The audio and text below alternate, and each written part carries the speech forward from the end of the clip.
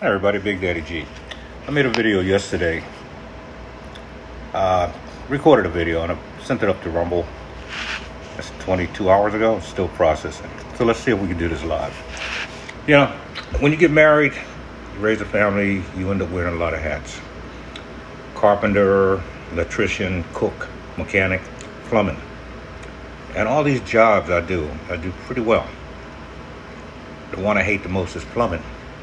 No matter how well I do the job, because I don't sweat pipe that well. I think I did the job well, and I turn the water on, and I find a leak.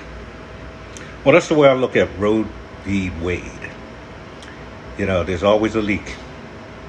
As long as humans are going to be on the planet, people are going to have sex, women are going to get pregnant, and women are going to find a way to get an abortion. The leak. You're not going to stop it. So that's the reason why I don't really get involved with having a side where, hey, this. But I'm tired of hearing about it. I'm tired of it being a political football. Here in Pennsylvania, Governor Wolf is using it, hoping that it's going to make the chances for the Democrats are better, because it feels as though people are going to take issue with Roe v. Wade. And it might be because they just put out an Enquirer Thursday that in Pennsylvania, a large number of women has signed up to vote in the midterms. So I get it. If that's the hill you want to die on, if that's the passion that you have, go for it. But there's another way. The way is to take the power away from the one person or one party. I don't give a darn if it's a Democrat or Republican. You have the power as a people to call your legislators, call Wolf. Go out there and get some people together. Do the Dan Bongino thing. Call 10 people to call 10 people to call 10 people to ring the phones off the hook at the legislation and have them put Roe v. Wade on the ballot for the people to vote for. Go and protest peacefully and respectfully in front of the state building. And don't ask but demand that this be put on the ballot. Because I believe that it was kicked back to the states not for one governing force to rule over the people, but for the people to make the decision on how they felt about Roe v. Wade. And I figured I'd get that out there, get out there, protest, get out there and have your voice be heard. But the original reason I wanted to make this video, I live in Philly. Well, I used to live in Philly. I just moved out. I was born and raised in Pennsylvania. And we have a Senate race coming up between John Fetterman and Dr. Oz. And let me give you a little history, Democratic history of Philadelphia, making one bad decision after another. And this is not necessarily, I'm not trying to knock the black race, put them down. I'm just trying to inform and give a little insight on what I have seen. All right, 2 years ago when we're having the primaries for the DA, Larry Krasner, I was saying, oh Lord, we can't get this man back in there. We're going to be worse than Chicago. And I made videos and I talked to people. And Carlos Vega was running against him. Well, here comes the identity politics and the lies. And some of this was coming from black preachers, preaching that 6,500 white Republicans changed their party to the Democratic Party to vote for Carlos Vega in the primary. I was working the polls. I seen the anger. I'm telling you, black people came to the polls like they were ready to go to war. So when the election was over on the primaries, we looked at the polls. The neighborhoods that voted, the highest amount of people that voted for Larry Krasner, live in the neighborhoods that has the most shooting, the most violence, the most crime, where you can't go to bed at night and sleep in your bed, hoping that you don't get shot in the middle of the night. So what happened on the general, you had Charles Paluta, who was a Democrat. He switched over to the Republican Party because everybody knew that Larry Krasner was making things worse. He got defeated so bad, he even came on the news and said this is the worst thing he ever did. And who voted largely for Larry Krasner? The black community. The community that's suffering through all the violence. So I'm bringing that up because we're coming up on the midterm elections. Video upfeed. You know something, I understand this parallel universe, this thing Rumble. We're coming up on the midterm elections. And you got Fetterman and Odds. Fetterman will not debate Odds because he don't want you to hear his policies. So let me help you with his policies in the black community and other communities, because it's just not blacks. Whites do it too. They know more about their sports celebrities, their actors and everything than they knew about the politicians and the policies that's going to hurt them. So let's see what Oz wants to increase the police force. He wants to get rid of a lot of the woke judges and DAs and Pennsylvania area. John Fetterman wants to bring in abortion, which is fine. I mean, if that's what you're all about. I mean, it's legal in New York. You can get abortion right up to the day of birth.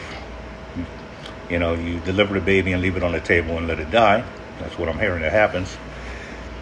And horrible and disgusting and demoralizing. I mean, inhumane. But hey, that's not me. That's somebody else's world. But Fetterman wants to bring about, he wants to open injection sites all through the state. Not in his neighborhood, but your neighborhood. He wants to legalize heroin and other drugs all throughout the state. Not in his neighborhood, but your neighborhood. He wants to, because he was on some prison reform thing. Here's a man that never really worked a job. Lived off his parents till he was 50. He wants to dump out 1/3 of the Pennsylvania prison system back into the public. Well, in Philadelphia, we seen how that happened, how that worked, when Larry Krasner decided to dump out just about 1/3, if not more, of the prison population, all in the name of COVID. You see how it worked there, people? You guys remember how that worked out? Criminals out on the street now ruling your streets. Well, this is what this guy wants to do. He wants to also get rid of $80 billion gas industry, because he has a thing about cracking. So I'm bringing that out there because you have a decision you need to make. This man is in lockstep with Joe Biden. Joe Biden wants to put 87,000 IRS agents out there. And they're not going after the rich. They're going after us. He says, I'm not going to make any new taxes or to tax anybody making over 400,000. He just put taxes on gas, coal, oil. So you're paying more for these products if you're trying to heat or cool your house, or if you're trying to drive somewhere. Those 87,000 armed IRS agents will be knocking on your door, because the job is to find the money. And the only way to change this, and I'm going to stick on the Republican side, because I'm back with the Republican Party. I'm going to stick with them because I have listened to their answers and maybe a solution to the problem. If the Republicans take over Congress, then they have their hands on the purse, meaning that they could defund that portion of Joe Biden's bill when he wants to hire 87,000 IRS agents. Which, if you don't think that's good for you, then get back to me when somebody sends you a letter or comes knocking on your door talking about some taxes that you owed 10 years ago.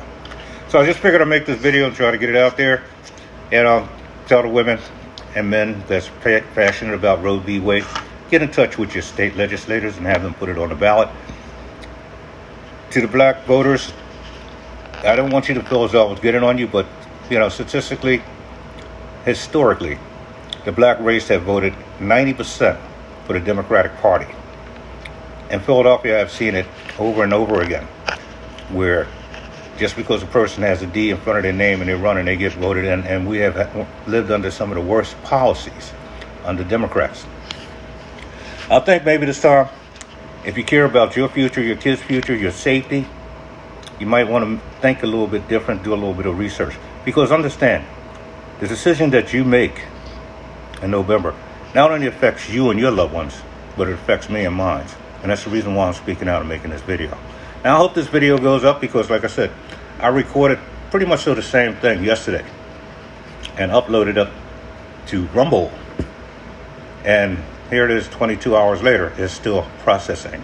So I don't know if this is going to go through. I'm hoping it goes through. We're going to see. So, Big Daddy G, my little thoughts on things. I'm not a political analyst. I'm just an old guy, an old truck driver that has an opinion that gets to listen to a lot of people. And I'd like to thank Tucker, Hannity, Dan Bongino, Gutfeld and the rest of them, because I drive at night. And listening to them and then listening to some of the hearings that's going on the Capitol Hill, those are the things that keeps me up and it keeps me informed. And I'm just trying to pass some of that information over to you. And let me just clear one other thing up, if this thing will go up there. Identity politics have usually always been used every 2 to 4 years on the black race. Now they're on steroids under the Biden administration. A good example of what happened there was, let's put it like this. They're pushing this thing that whites should feel guilty about slavery and blacks should be suppressed. Let me put a little light on things. When 2 years ago, Nancy Pelosi, catering to the black race, decided that she would put on African garb and get a bunch of her cronies and bow down and give prayer to the black race. Turns out the colors that she wears, because over in Africa everything is about color. The colors identifies your tribe. Turned out to be the biggest, largest, most powerful tribe out there that was attacking smaller villages, killing the weak and selling the younger and stronger ones into slavery. So my question is this: who is worse? Which is the worst crime? The buyer or the seller? See, because if you want to hold whites, hold them and say that they're guilty for what their ancestors did to our ancestors, then we have to look at what our ancestors did to our ancestors. Because the reality of slavery came from our ancestors attacking our villages and selling us into slavery. And eventually, the Arabs said that was a good idea. So they started coming over, attacking our villages and selling our people into slavery, which tickles me because I see so many blacks giving their kids Arabic names of the people that sold your ancestors into slavery. Know your history before you get all bent out of shape and upset. And understand one last thing. There was a Republican president that created the war that freed your ancestors. That was Lincoln. Big Daddy G out. Got a lot more I could probably go on. I like to take you down to where the Democratic Party, being the oldest party in America, the oldest political party in America, has never ever taken their foot off the necks of the black race in one form or another. No matter how versatile they are, how many blacks get up there and become Democrats and so on, they have never ever relinquished their control over the black race. Big Daddy G out. Hope I didn't offend nobody. God bless.